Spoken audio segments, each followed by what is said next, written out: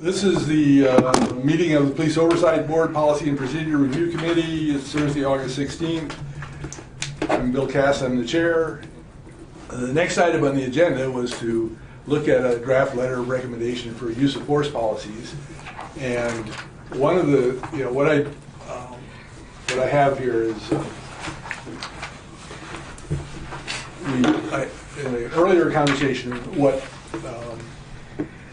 there's essentially 6 use of force policies in this suite, and I have a schedule of where they are through the process.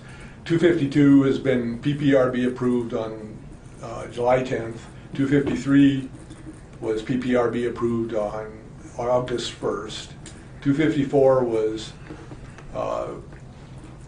PPRB approved on August 10th, as well as 255, which, let me go back, 252 is the use of force, 253 is the use of force definitions, 254 is the intermediate weapon systems, 255 is the use of force de-escalation, that was approved on August 10th, 256 is use of force reporting by departmental personnel, which the draft came out on August 10th. And on 257 is the use of force review and investigation by department personnel, and that draft also came out on August 10th. So in a conversation with Chelsea, since, and you can correct me if I misstate this, but Chelsea was going to look at 252 and write up recommendations or comments regarding that policy. And this is, I think we're still trying to decide exactly what form this should take, but what I'm suggesting is that we write a letter that covers all 6 of these policies that says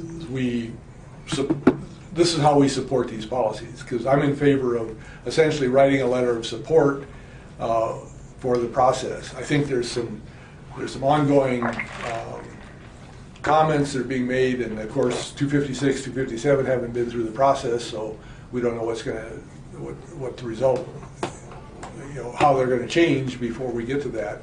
But I think what we can do is we can write a general set of a letter which deals with all 6 policies, and then makes some recommendations in terms of going forward, not necessarily blocking or delaying these policies, but just suggesting that we strengthen the policies by doing data collection where appropriate, looking at training as implementation, because I think that's there's a lot of potential for data collection and review based upon keeping track of the data from training purposes, and then when the review process comes around, there's been a promise that the information that comes out of these use of force situations and investigations will be used in training.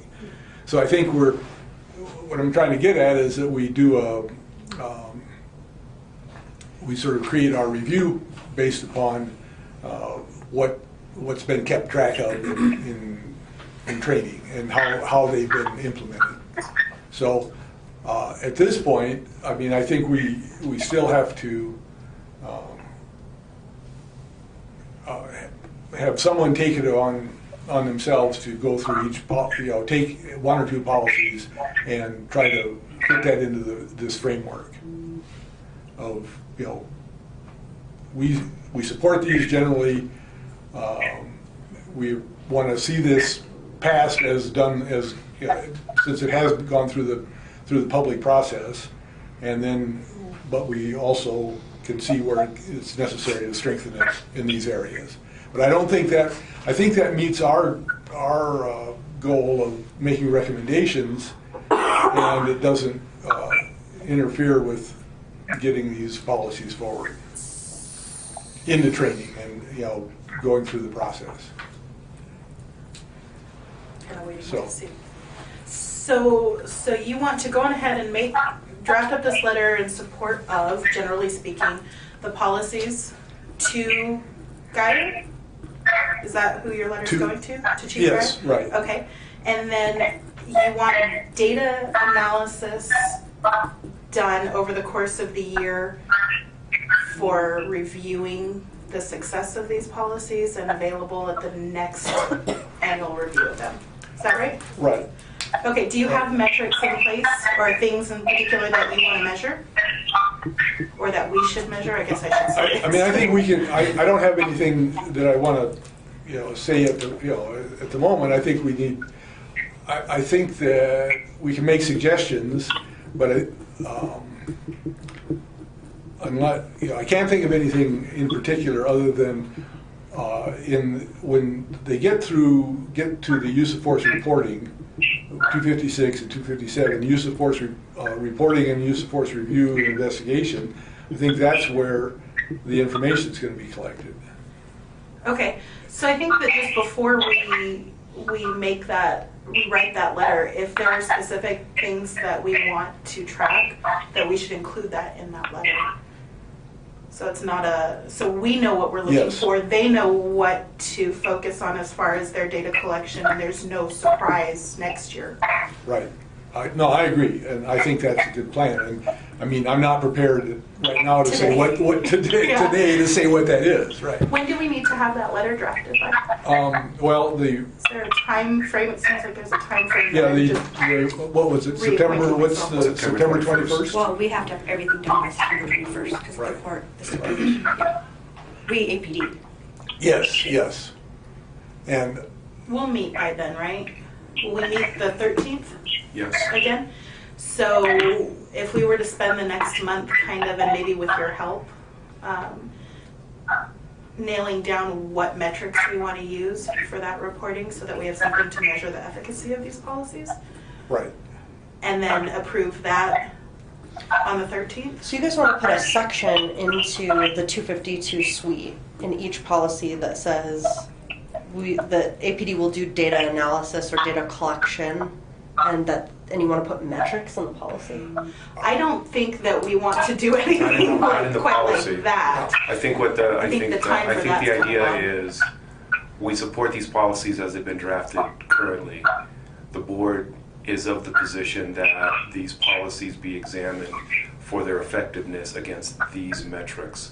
So that's not in the policy itself, but when the annual review comes up for 252, which will what be September of 2019. But actually, because they're new policies, we do a 6-month review. Okay. So, and I didn't want to interrupt, but you guys will have that opportunity because all of this, because it's new, will be a 6-month review. And then after that, then it goes into the annual. Okay. I learned So much then now that I'm on this committee. I pay attention much more. That's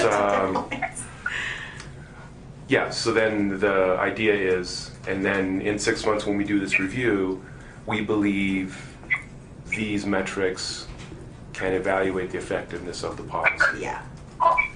And shine a spotlight on anything that may need to be tweaked. And we would, I don't know how you want to phrase it, but we believe that we believe that at the review, at the Office of Policy Analysis, these data points should be presented as a part of the review. So this data should be presented as a part of the review when it comes to OPA. And I know you're data driven. I just don't want to like wing, in 6 months or a year what it is that we're looking for and expect APD to be able to answer any questions we may have. We should lay it out. I think you can probably get a lot of your matrix out of the 298 evaluation.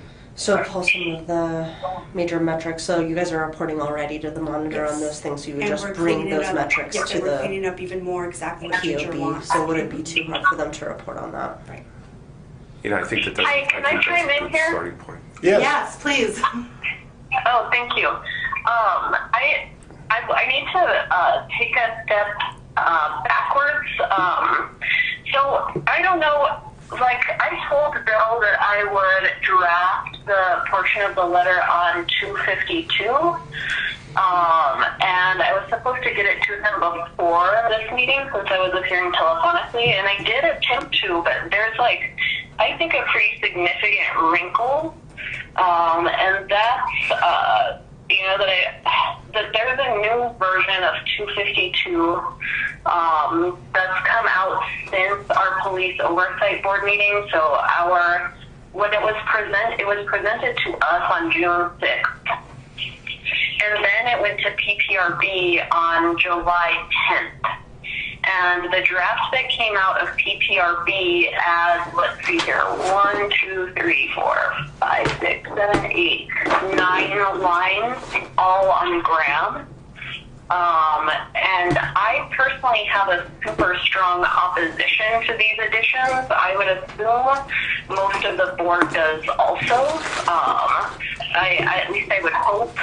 And secondly, it's also problematic because it runs counter. I mean, the Corporation of Graham runs counter to the CASA, and then having the policy change at PPRB happening after presentation to the POB runs counter to 352. So I don't see how we can genuinely support the process when the process was, not implemented correctly, because that's not what 352, that's not how 352 says this is supposed to happen. And then if we, unfortunately, what happened was when it went to PPRB and all these significant changes were made, it really had the effect of cutting the public comment off at the knees. Because now, this isn't going back in front of the POB for public comment after the incorporation of Graham. And I strongly suspect that if it were to, we would have an enormous, very, large and vocal opposition to the way the policy currently stands. So I don't think I can really write anything in support of this policy in general, nor of the use of the process, because it seems like, maybe the intentions were good in deviating from the 352 process, but the results were bad. So I don't know.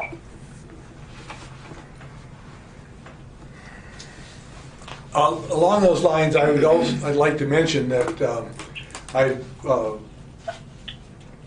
we reached out to ACLU and APD Forward and Steve Allen and Robbie Heckman, who I sent asked for their comments on 252 and 250, and they sent back comments on 252. They've also sent back comments which are in a draft form and they're not ready for public review on 253. So those are still being rolled up, and those are just for your information, there's more. They have some comments as well, and I won't try to characterize them, but they do have some objection to the Graham language being back now. So that's kind of part of what I was talking about last week at the board meeting. Is I get that 352 is what it is, and we approved that process and whatever, but maybe we need to go back and review that process and see if it's actually viable, see if it's something that will actually work. Maybe we do need more time. I know we can't do this. I know we can't do this forever. I get that there needs to be an end point, but maybe 30 days isn't it. Well, I'm not sure it's the 30 days. I think it's the fact that things change along the way. There's multiple steps, and we're only one of those steps. But I think that the whole point of this settlement agreement, or one of the points of the settlement agreement, I won't say the whole point, is to bring the public in more. And I think that if a policy goes to PPRB and then there's no real focus on it again or opportunity so much from the public to weigh in, there's just that 30-day period. Like that PPRB draft is supposed to be the final one, right? Like in theory, that's the final one. Well, the PPRB is supposed to happen before the presentation to the POB. So what happened here with arguably the most important policy was that it came to us, and then everyone, commented on what was supposed to be this very close to final draft. And then it went to PPRB, and at PPRB, these very material, substantial changes were made to the policy that I know the stakeholders and community members who were present at our POB meeting would have definitely had something to say about had the draft looked like that at the time. So it doesn't make any sense that we would not follow, if we would have just followed 352, then the policy would have been in really its kind of like close to final draft form. That way when people were making their public comments, they would know what they were looking at, as opposed to they're making comments on a super rough draft and then things are going to get changed in a substantial fashion after that happens. I don't know. I don't think that that's the right way to do it. And that's also not what is in 352. So I'm not sure. I don't really recall why we deviated from 352 on it. I think maybe Bill knows, but... Well, I know that it was super rushed and we had an emergency meeting of the committee chairs to discuss a stop to trying to kind of bulldoze that policy through as being the very first one. But is PPR, so I'm confused because when we left our board meeting the other night, and I should know this and I apologize for not, but you all are going to educate me right here and now. Is PPRB supposed to be the last stop on the train, or is POB supposed to be the last stop on the train? The policy writing train. Well, that's what, yeah, PPRB is supposed to happen before POB. That's in 352. Then, let's see, okay. POB for 30-day review and recommendation. At the 15 days thereafter, the draft gets sent to the monitor and to the parties for comment. And then a resolution draft prepared and submitted to the monitor, independent monitor approval, review approval by chief. So we are supposed to be one of the final stops. We're supposed to be after PPRB. So POB, then the monitor. Okay, well. Yeah, and then the chief basically. POB, monitor, chief. I don't think Not that. PPRB, monitor, chief. So my argument from a couple of months ago at our emergency meeting that this is not the policy to deviate from 352 on still stands. If the presentation of the policy is supposed to come before POB for public comment and then go to the monitor and the chief, then I think we need to do that. I think we need to insist on it. And I know that you feel like we should be flexible, but I don't think this is the one. I'm happy to do that maybe with, the canine policy or the bomb emergency versus whatever policy. I think we need, I've struggled with this all the time, and that is that I think we're one voice in this. And in my view, sitting in on OPA and POP and DOJ meetings, you get a flavor of the debate that's gone on, and the policy has been essentially, I think, determined mostly within the circle of DOJ and APD and union concerns, and in a sense, we're kind of observers to that. But this is their policy. And it is their policy. The 352 is their policy. No, I'm talking about 252. No, I know, but Yeah, if 352 is their policy, and we're supposed to be the last stop on the train before the monitor and the chief? Well, yeah, but you have to tell me what that means to you to be the last stop, because our stop is kind of a whistle stop. We can watch as the train goes by, and we can make comments about it, but we can't stop the train. No, and I don't think and anybody intends to, but if the policy is deviated so much from the time that it was presented to us, 3 board meetings ago?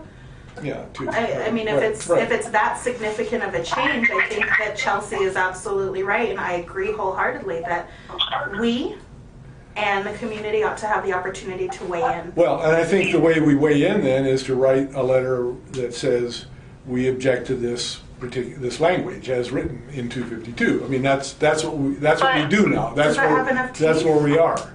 Well, teeth are, we may not have any teeth. I mean, in any case, Then you what's know, the our teeth, point? our teeth are, well, that's, You know, I mean, that would then be my question, what's the point? What's the point in even having public comment and whatnot if we're not going to attempt to back that up? well, and. Yeah, I okay. agree with Chantal here. And Bill, the point too is just that, like, you know, you asked this question using this train metaphor, and like the truth of you know, if we were to be accurate in our use of metaphors, is that the train is completely derailed because the train was supposed to stop at PPRB and then at POB. And instead, the train went to the POB and then went to the PRB. So it's not, you know, it's not we don't just, I don't think we should just sit there and say, you know, oh yeah, we've spent all this time developing 352 and 252 and we did our meeting and, well, that's it. I guess everyone else just gets to do whatever they want now. No, we need to be enforcers of this, monitors of it, overseers of it. And I think And that so I think we need, sorry, go ahead. no, I'm done. I think the idea too, I mean, we can, if we want to, be the kids at the table and, you know, raise our hand and ask for permission to speak, but I think that that's not what the DOJ or the community wants from police oversight.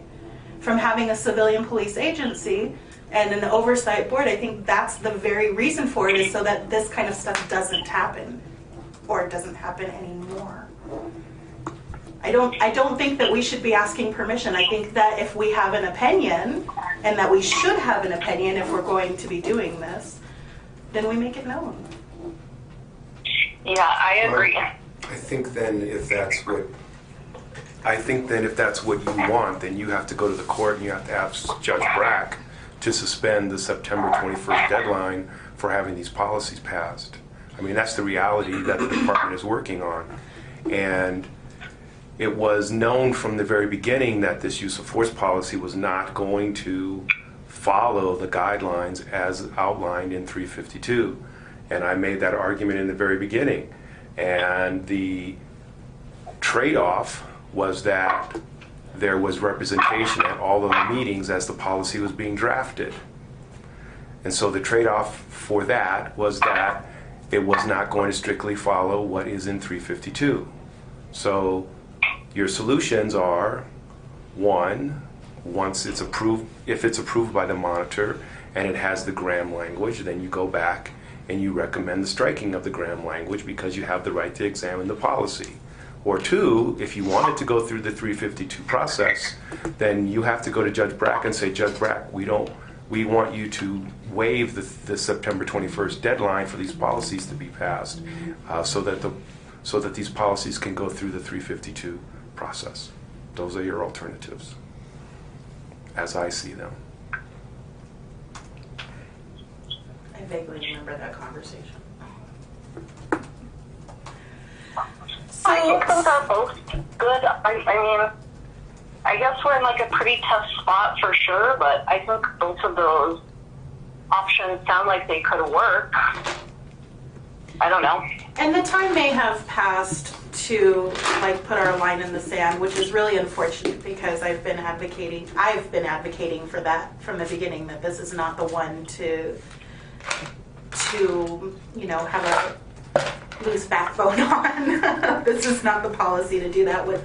But we're saying 6 months. In 6 months we review this again, or it'll go through the process again 6 months when it's finalized. from September, from the September date. When it's finalized, yes. When it's probably published, because they're going to publish them all together, aren't they? I thought they were all going to be. It's supposed to be a suite, so it's supposed to go all together. Because if you do it incrementally, you've got still some in writing that are going to probably impact the others. So what are you thinking? When will the suite as a whole be published? I honestly couldn't tell you a specific So it's going to be shortly after September 21st. Shortly after September 21st. Because that is our deadline. No matter what from the board, we have to have it done. So I mean, the downside of waiting, I think, and Chelsea, interested again in your thoughts, the downside of waiting is that somebody over at the training academy is going to be developing a curriculum based on this current as it stands 252, assuming that the monitor approves it as well, right? And they may have to revamp that curriculum that they will have just done months prior and retrain officers on a curriculum that had just been done months prior. And that seems awfully expensive to my, fiscally conservative mind. Versus waiting, asking the court and waiting for a couple of months, if they allow that. If Judge Brack allows that. I wish I was there to read the room because I don't know how you guys are feeling about these ideas, but I think that, this is the main undertaking really of the entire settlement agreement, existence of the POB, etc. I think that it should just be done right the first time. So I think even if we are putting our tail between our legs and going back to the judge and saying we want this policy to go through the 352 process properly, even if, it might make us look kind of bad because maybe, I'm not exactly clear on what happened, but it sounds like we maybe kind of agreed to fudge it a little bit for whatever, other ends. I'm not sure. But I think that, I think that we should just demand that it be done properly just because if it was something small, then I would be like, okay, let's just yield to it. Not a huge deal, fix it later. But this, I think, is kind of big. I think it's the heart of the matter, really. So I think we should ask the judge for a waiver of time, a time waiver, and ask that it just be put 350 through 352. That's my vote. I think I agree. Well, let me give you a slightly different view, and that is that I don't think this is I don't think once and for all is associated with this kind of a process. I think what has been designed here is a process that allows periodic review of the policy, and adjusting it as it's put into operation, and it gets more information to better apply it. And so I see this as an imperfect attempt to get the policy in, and every review cycle will be a refinement. I really am a process person, but I think at some point it has to be recognized that the process isn't perfect, and that we need to weigh that against getting a better result. And I think that we've accomplished some of that, and most of it, in fact, in my view, by having a process. We may have violated that process, but I don't think that's a serious matter, because I think it's designed to have another refinement to what we create. Okay, so here's... And so there's an expediency. I mean, we can't be continually talking about perfecting the process and never get it implemented in an imperfect form.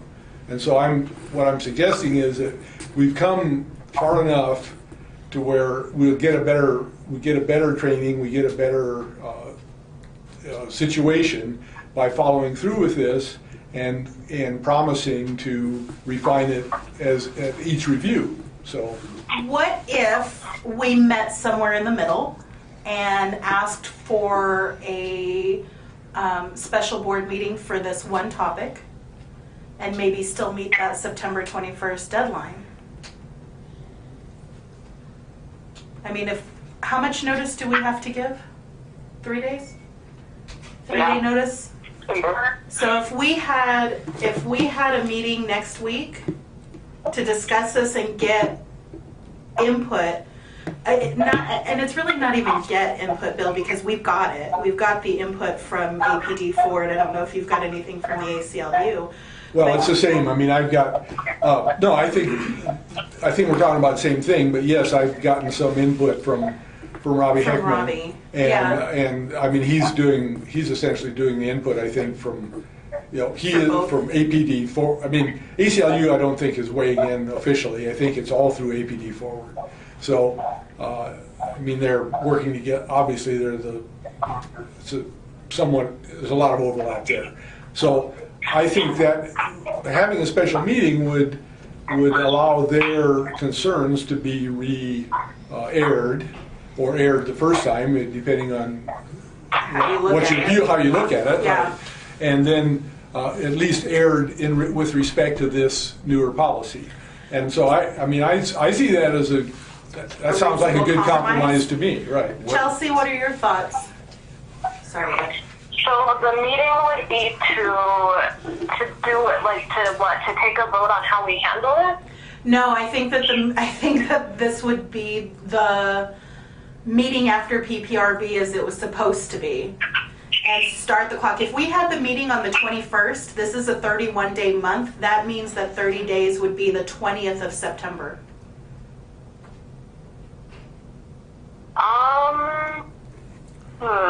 It's a rush job, but it's a compromise. Yeah. I mean, I like the idea, generally speaking. The thing that I'm not liking about it is, like, we're proposing having this meeting in how many days from today's date? It would be Tuesday. Okay. So the thing I find problematic about that is, Doesn't give us that 30-day time period. is it just a matter of, like, so to get real public and community input, like, are we giving people really, like, an adequate amount of, like, so we can technically comply with our notice requirements under the OMA, but are people getting the adequate opportunity, advance notice that they need to come and be prepared with their comment? Is that enough time? Is that fair to the community? I think the community's had ample time to weigh in on this, and in fact, they're already. We're really talking about changes that a lot of people don't know about, gram changes, and that's it. Where are those? About the whole thing, really. Where are those particular lines that are problematic? They start. Okay. Do you have the draft that says approved by TPRB? I do. 7/10/18? I do. Okay. So it starts, let's see. The 6th, 7th, and 8th paragraphs are all additions, all based on gram. So the 6th paragraph cites gram, and then the 7th uses the 2020 hindsight language. Right. And then the 3rd paragraph uses the language that is about regarding factors that are really subjective in their definition of objective reasonableness. Okay, and it also says that they must also comply with even stricter standards as set forth within department policy. So another issue there for me is that it's confusing, because they basically try to put into the very first page of this two contrary policies. They try to incorporate a gram standard and then another standard that's stricter. It makes it, I don't see how you can string to that with any clarity. That's confusing. But is that a policy issue, or is that examining the curriculum and the training? Because when you go down for the rest of the policy, it does define reasonable force, necessary, and proportional, which is the standard. Gram is always going to be a standard anyway. I understand that there's some consternation about explicitly stating it in the policy, but it is still a standard,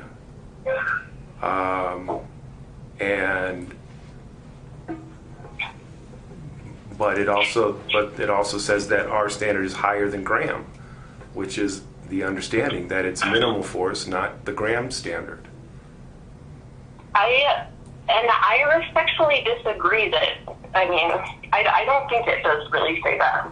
I think it kind of says, I think it tries to talk out of both sides of its mouth, frankly. I think the union has been successful in trying to just muddy the water of what was a strong policy that sets out a stricter standard. And then they just added a bunch of language directly from Graham having to do with 2020 hindsight, etc., which the CASA specifically steers everyone away from when it comes to use of force. I mean, if you guys want to do Chantal's idea, then I can live with that. I mean, I do think that that's actually a really good idea, Chantal. I just wish there was like a little bit more time for people to organize themselves, because people are going to be wanting to email their listservs and do their own community outreach. And I feel like just a few days is not really a lot of time to do that. But I do like the idea, and I could definitely live with that as a compromise, as opposed to going straight back to the judge. And I do think the people who are going to comment on this are already reading these policies, are reading these drafts. You're reading them, APD4 is reading them. The people that have a vested interest probably already know, and the ones that would show up. And I can do my little bit as far as outreach goes and make those phone calls to the media and let them know that this is coming out one more time. We can blast it on social media. We can do everything in our power to make the community aware that this is coming up if they want to weigh in.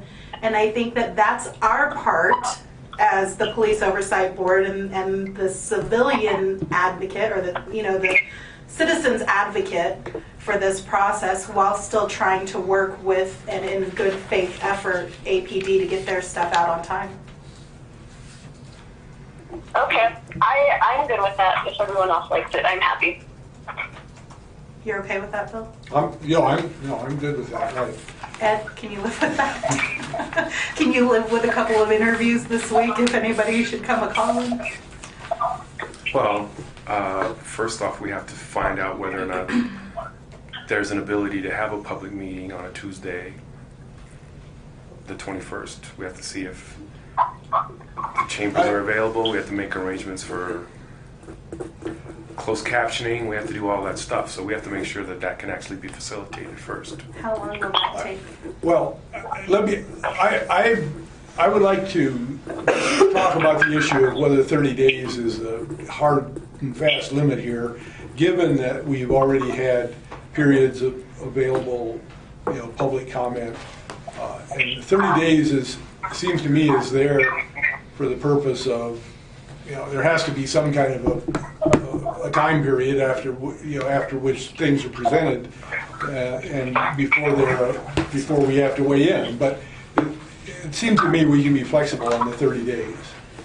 I mean, we've already had 30-day periods, whether they were at the appropriate time or not, but we've had lots of exposure to this policy. Now, I agree that there have been changes, but I guess I'm not hung up on 30 days if somebody can see that 28 days is enough, or 26 days is enough. And the only reason I say 30 days is to follow 352. But Thanks. I'm not in disagreement that we have had this long enough for people to review, because they have reviewed it. Right. You've reviewed it. Chelsea's reviewed it. I would love to say that I have.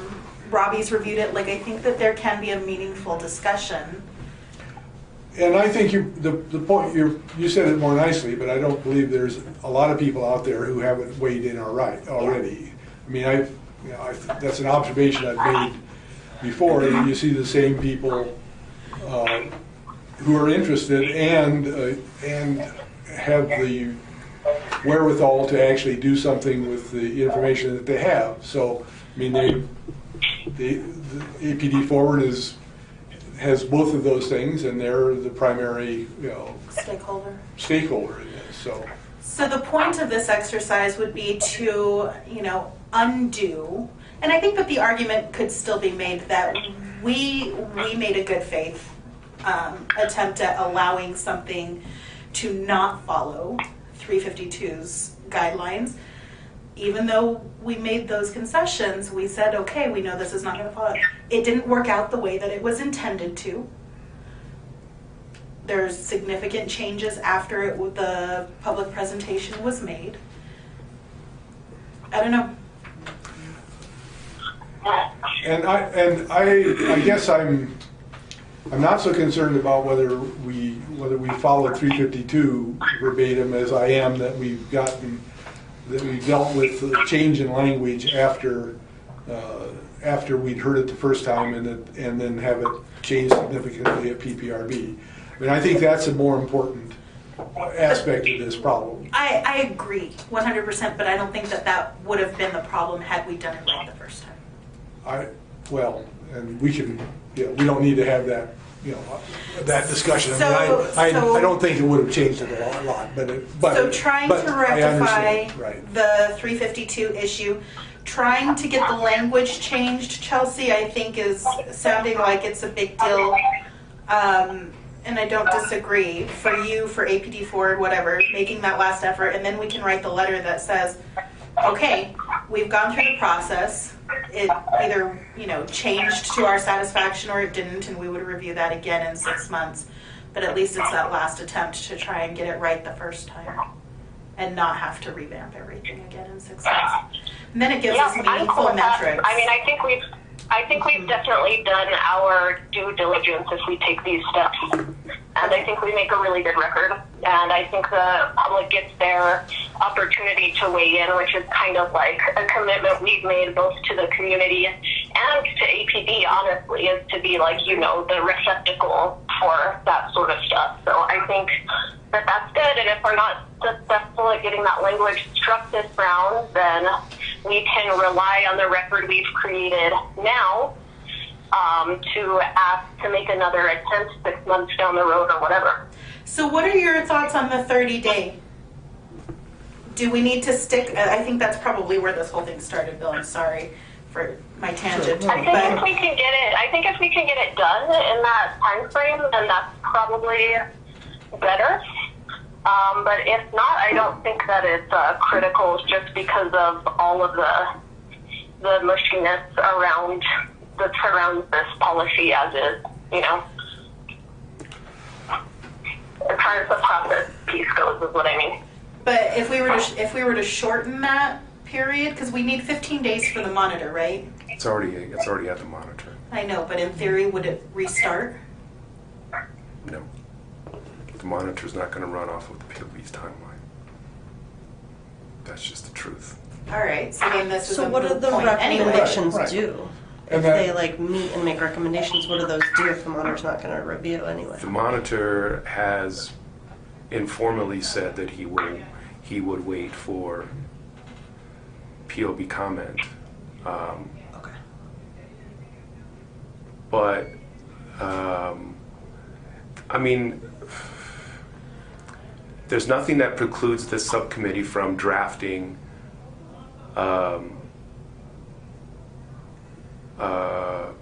a recommendation that language be struck from the policy and moving it forward to the monitor, because the board has given you the authority to do those kinds of things, and you can act in that way, and then you can report to the full board on the 13th of September. I understand that it's not flowing like it's supposed to in 352, and this is an example of why it needs to follow the process, because of these circumstances where things change in 352.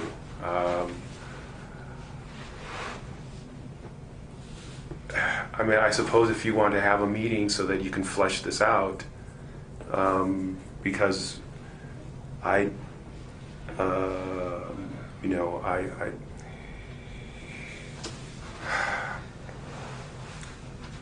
think that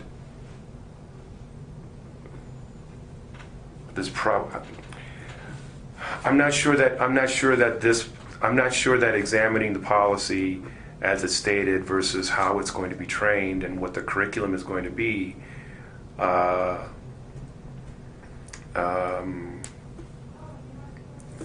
can happen in that vacuum. Another alternative is maybe you just call Dr. Ginger and say, hey, Dr. Ginger, You know, are you going to approve this policy with this Graham language in it as it came out of PPRB? I mean, because Dr. Ginger's been monitoring the drafts all along as well, because he's been a part of the meetings. And does he find it confusing? So we'll find out whether or not council chambers is available, and we'll. I mean, that is, I mean, in a sense, that's the way, that's how we weigh in on this anyway, is that we can write a letter and it says, we just think this isn't good language, or we suggest that it be something different. And that's kind of, that can be the extent of the recommendation. I mean, And I understand that there's a POV and a CPOA, you know, voice in this, but I think we're also leaving out, which again was my concern last week, I think we're leaving out the community. We're denying the Robbies the voice, the opportunity to voice their opinions publicly. I mean, we've got them. I don't know, I just have a... You are the community. We are part of it. We're supposed to be representing them. Right.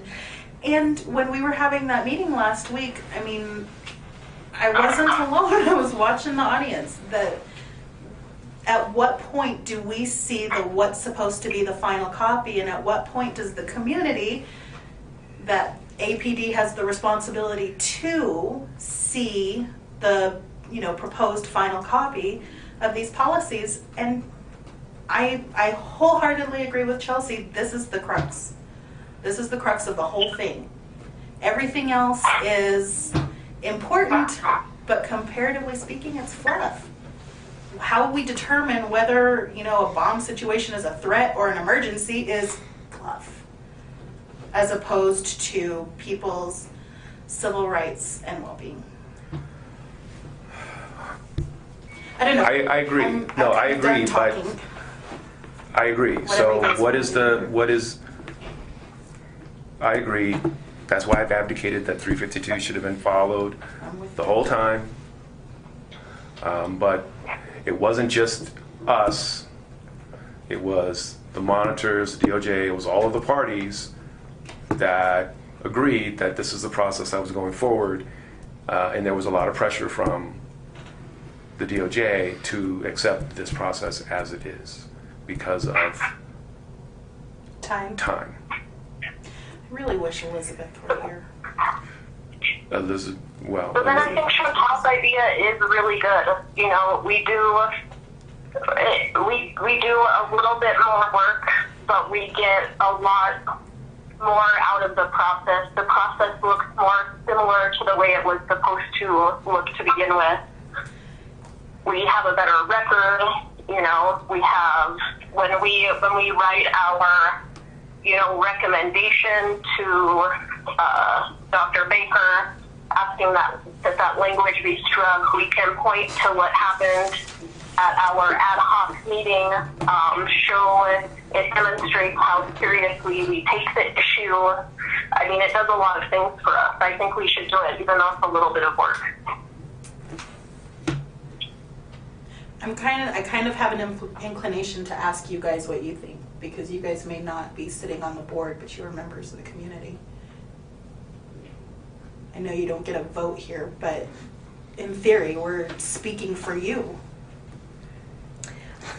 Here on the spot. I mean, I think the question, you know, to you, Chelsea, is whether you guys are amenable to writing a letter to the monitor.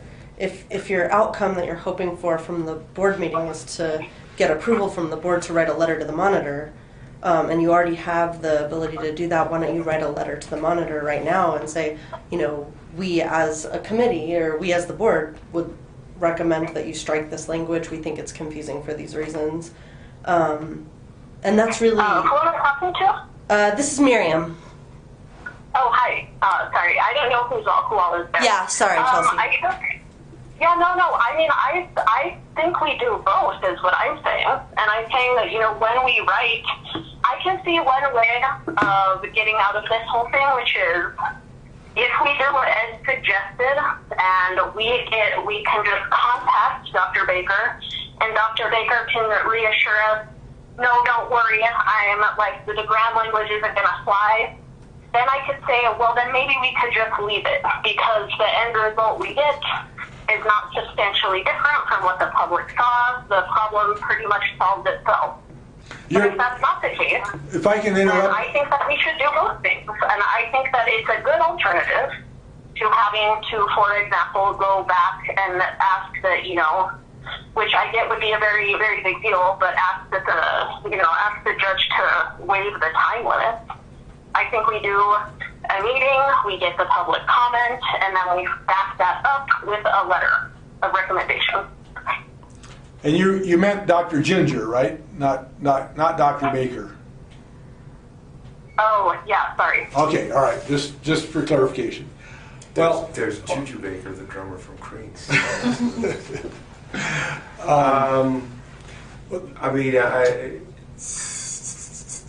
before you say something, I'd like to just say that, but it's not a given that that we can agree on a letter. I mean, that's the next step. I mean, we can agree that we've all agreed that we want to write a letter. Now the question is, what's the content of the letter? And I think that's, and that's not necessarily something that we can agree is going to be approved by the board.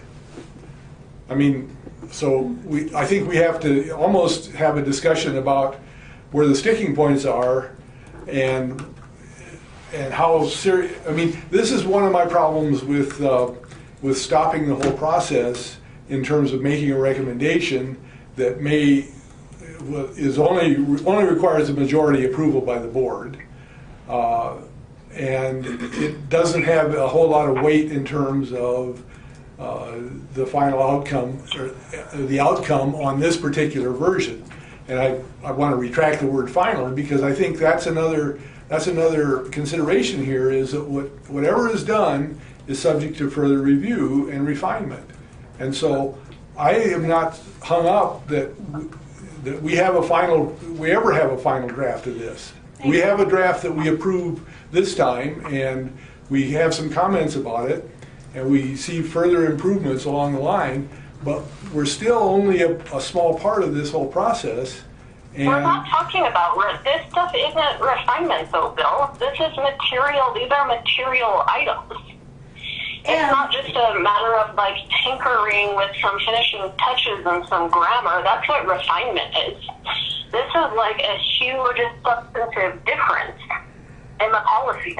And I would like to get us away from saying we're a small part of the process. I think that we're a part of the process. I agree with that also. I don't want to minimize, again, I mean, this board takes a lot of time and energy and effort to be a small part of anything. And I don't think we should be making apologies for having a voice. I'm not making apologies. I'm just trying to be realistic about what our voice is. And I mean, the fact that we spend a lot of time on it doesn't give greater value to the product that we have. It doesn't make it a bigger part of the process. It just means that we have to But absolutely, our time spent absolutely adds value. I could not disagree with you more. It does, but the more time but our value is defined by our role in this, not by the amount of time we spend on it. Okay, well, I'm sorry to go down that rabbit hole, because I have a whopping 14 minutes left before I have to leave. So Right, okay. Maybe that's a conversation for drinks, but I don't know. I don't know. I think for me, we just need to take a vote on it, I guess. And for me, the issue is giving the community the opportunity. I think we know where we stand as a board, but we're supposed to be, in my understanding of this process, we're supposed to be the voice for the community. And if we mute them, I don't know what we're doing. So, Well, I say I we- wouldn't characterize it as muting them. I would just characterizing it as not giving another chance. But we're doing that. We're giving them. Yeah, they didn't have the chance to comment on what is the proposed final draft, which was my issue last week, and it remains. They had an issue. They had the chance to comment on the draft previously. Right. That changed significantly. So, I say we do the ask for an attempt to do a meeting next week. I'm not married to a 30-day period. I'm just saying we could potentially, if we had a meeting on Tuesday, still meet that 30-day period. I hope that maybe we can have a sideline conversation with the monitor that says, hey, this is coming up. This is the reason that we're doing this. Will you please keep this in mind as you're reviewing yours, and hope that the monitor will look at any proposed changes that may come from the meeting in theory on Tuesday. Okay, so would you like to add, would you like to make a motion to do that? I'm moving just that. Do I have to repeat all that? So you're moving that we hold a special board meeting. a special POB meeting on next Tuesday. week or as soon as Yeah. reasonable. Yeah. At the next And I second available, that motion. the next available date. I'm sorry, Chelsea? I just said that I second the motion. Okay, so motion's been made and seconded. All in favor? Any further discussion? All in favor? Aye. Aye. Aye. Okay, Thank you. moving right along. So you'll see if we can have Tuesday. And do we want to try and make contact with the media? I mean, I think we should, but that's me. Yeah, I think that's a good idea. Right. Okay. Then I will do that this afternoon or tomorrow. Well, let's make sure that we Oh yeah. have a meeting date That. and time. I will do that as soon as I hear that we're good to go. Thank you. I emailed Dr. Ginger to inquire as to his progress on reviewing 252 and whether or not he found the adding of the Graham language after PPRB to be problematic, and would he approve it as is, or will he approve a previous version or a previous draft of the policy.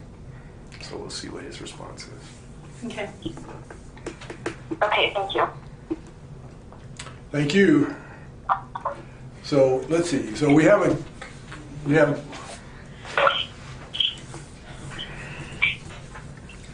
I can call one of Ed's phones to continue this conversation for about another 30 minutes. okay. Well, let's move along to item 7, which is to draft a letter in the for supporting 352's or for doing something, saying something about APD's 352 policy and policies.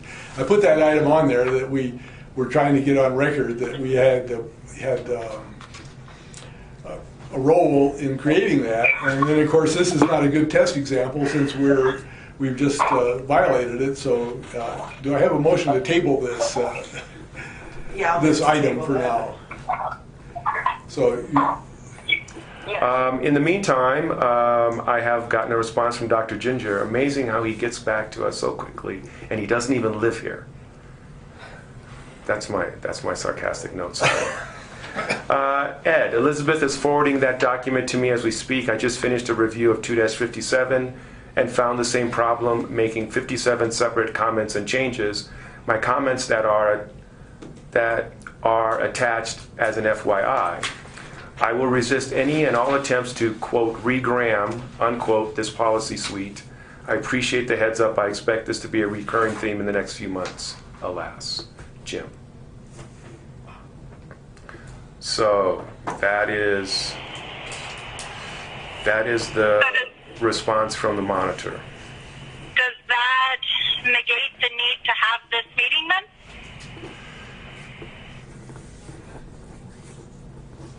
I think it gives a certain level of reassurance, but I think that the special meeting can serve the purpose of showing that the board is serious about making sure that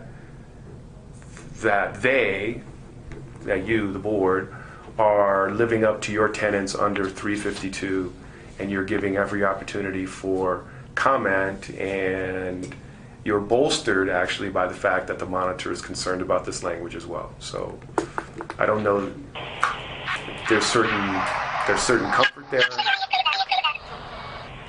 But let's see what we can find out this afternoon, whether or not how soon we can facilitate the meeting.